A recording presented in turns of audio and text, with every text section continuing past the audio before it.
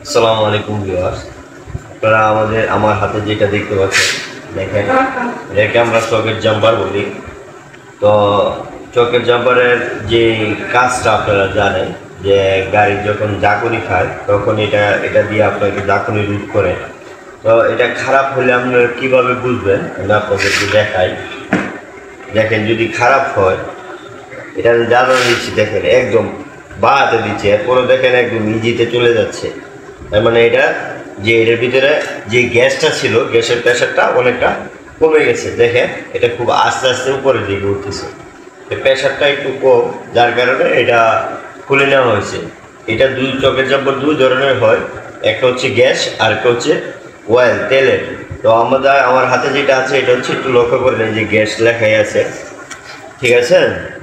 যেহেতু এটা গ্যাসের প্রেশার কমে গেছে, হয়তো বা কোনো কারণে লিক হয়ে গেছে, এই জন্য প্রেশারটা কম, এটা চেঞ্জ করতে হয়েছে।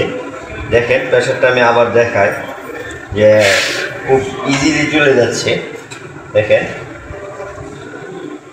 একদম ইজি চলে যাচ্ছে, দেখেন উঠতেছে আস্তে আস্তে। অনেক সময় নষ্ট হয়ে গেলে এটা উঠেও না, গ্যাসটা বেশি হয়ে গেলে। এটা ধরেন 40% ঠিক ছিল, 60%ই খারাপ। তো আপনারা যারা এই জিনিসটা এখনো বুঝতে পারেন নাই, আমি আপনাদেরকে আরেকটা জিনিস দিয়ে বোঝাই। দেখেন এটা এটা দেখেন মোটামুটি ভালো উঠাচ্ছে, এটা ভালো ছিল। দেখেন এটা একটু হার্ড করতো, আর এটা দেখেন একটু দ্রুত উঠবে। দেখেন, ঠিক আছে। তো আমার কাছে আরেকটা চকের জাম্পার আছে, দেখাই, এটা কাভার দেওয়া আছে। এই দেখেন এত কতটুকু, দেখেন পরিমাণে।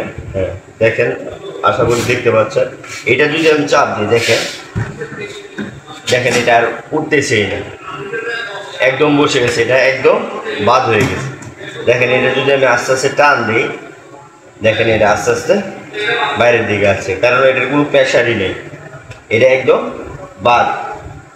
তো এটা কিছুটা ছিল, কিন্তু যে ঝাঁকুনি বাংলাদেশের রাস্তায় যে ঝাঁকুনি, এটা সহ্য ক্ষমতা বাইরে চলে গেছে, যে যার কারণে আমরা এটা চেঞ্জ করে নিছি। আশা করি আপনারা বুঝতে পারছেন। আর এটা অনেকে এটার দাম সম্বন্ধে ধারণা নিতে চান, আসলে বিভিন্ন দামের হয়ে থাকে। তো এটার দামটা আমি না বলি, তো একটু দাম তেলের যেটা আছে এটার দাম একটু বেশি, গ্যাসেরটার একটু দাম কম, যেটা চাইনিজ এবং জাপানি দুটোটা আলাদা আলাদা হয়। তো আপনারা দামটা জেনে নেবেন। সবাই ভালো থাকবেন, সুস্থ থাকবেন, এই আশা করি আজকের মতো বিদায় নিচ্ছি। আসসালামু আলাইকুম।